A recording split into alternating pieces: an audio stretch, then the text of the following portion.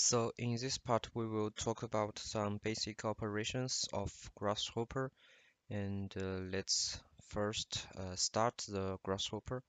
Once you are in Rhino, you can find the Grasshopper button here, and you can also just type the command, so Grasshopper, and you can get the Grasshopper window popped out, and this is a canvas. I have prepared a file for this course. First, I would like to talk about the basic operations to control the canvas. And with right click, you can drag the canvas, and with left click, you can select batteries. These are called batteries. You can select the items in the canvas, and just like the Rhino selection area, you can go left to right, and you will have to include the whole object to get it selected.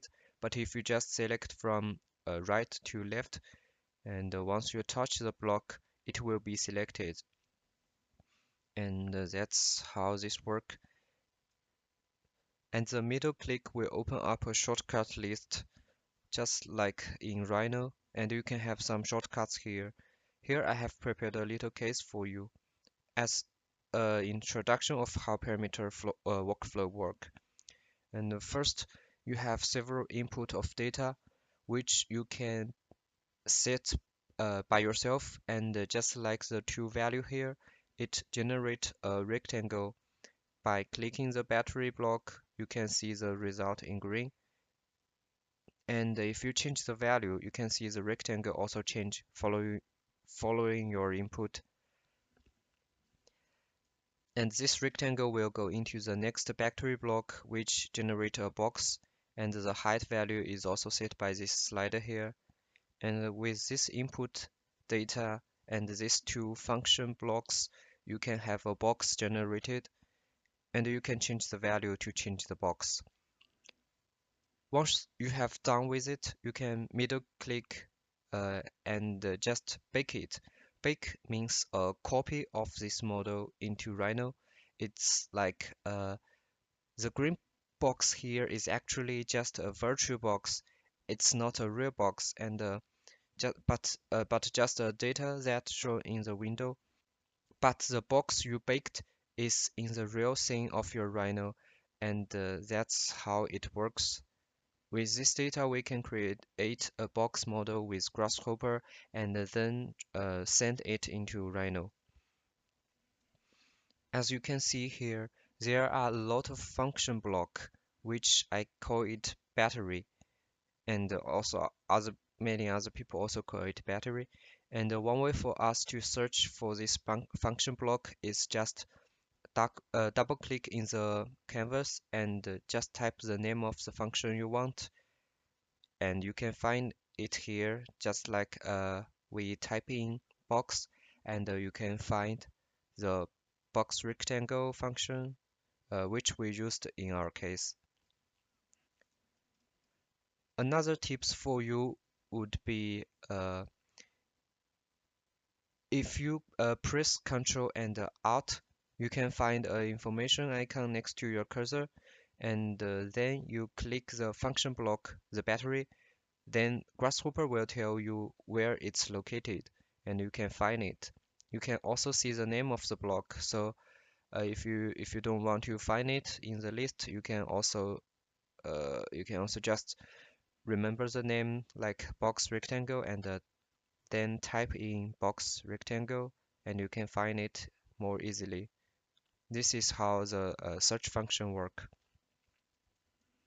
It's important to always remember arranging your settings, arranging your canvas to make everything in order, and make it easy for you to find the parameters you want. And the next part, I would like to talk about the arrangement of this canvas.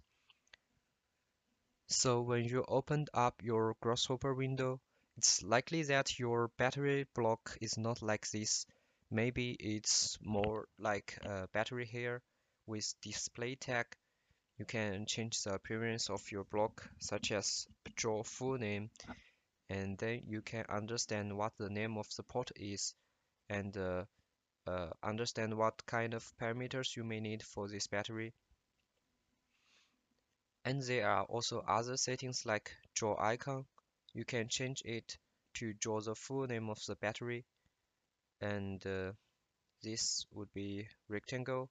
You can actually name your battery with whatever you like. I can name it Faha Potsdam, and it's just easier for you to find your battery. Just name your battery, and that's a way to manage your process.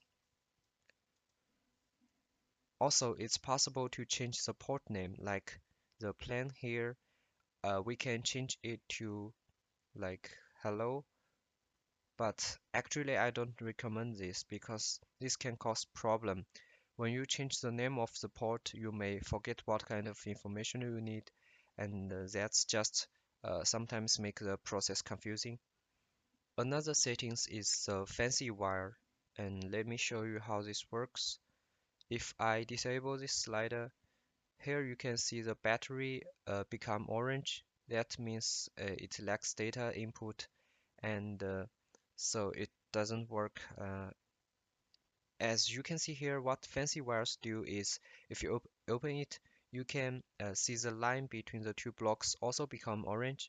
It's a warning for you that the data is not transmitted between these two blocks.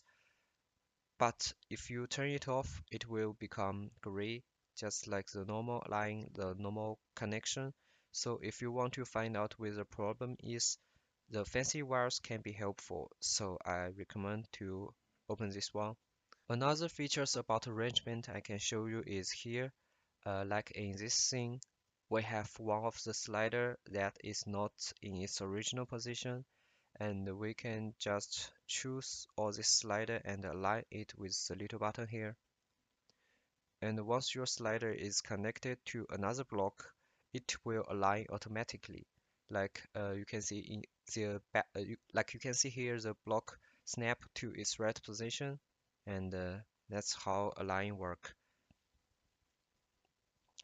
And also, if you select a group of blocks, you can middle click and group it. Then you have a group here that you can make things more organized. And also you can name the group like Faha Potsdam. And here you can see the name of the group. And finally, I would like to talk about what we would use in our tutorial. That's a remote control panel. Remote control panel enables you to control the model in Rhino, and to make it possible, first we have to find the panel here by clicking setting buttons, like little setting buttons here. You can see the Grasshopper in the list, and you can click it. When you first time add this remote control panel into your workspace, it's empty, and with this little pencil button here, you can arrange your panel. You can add group.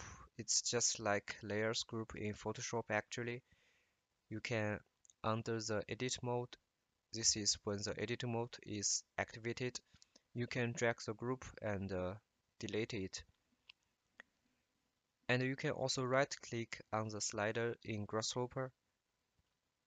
And there are other type of input data that can also be used like this. But just uh, here, if you right click, you can find send to remote panel. And if you click this, the data will be exported to the control panel in Rhino. Now you can change the value in Rhino, and you can also delete it with the edit mode. Drag and delete it. And this is how we're gonna use the control panel to control our model in Rhino interface. And that's almost everything and every basic operations we're gonna use in our tutorial. And in the next part, I would like to talk about parameters.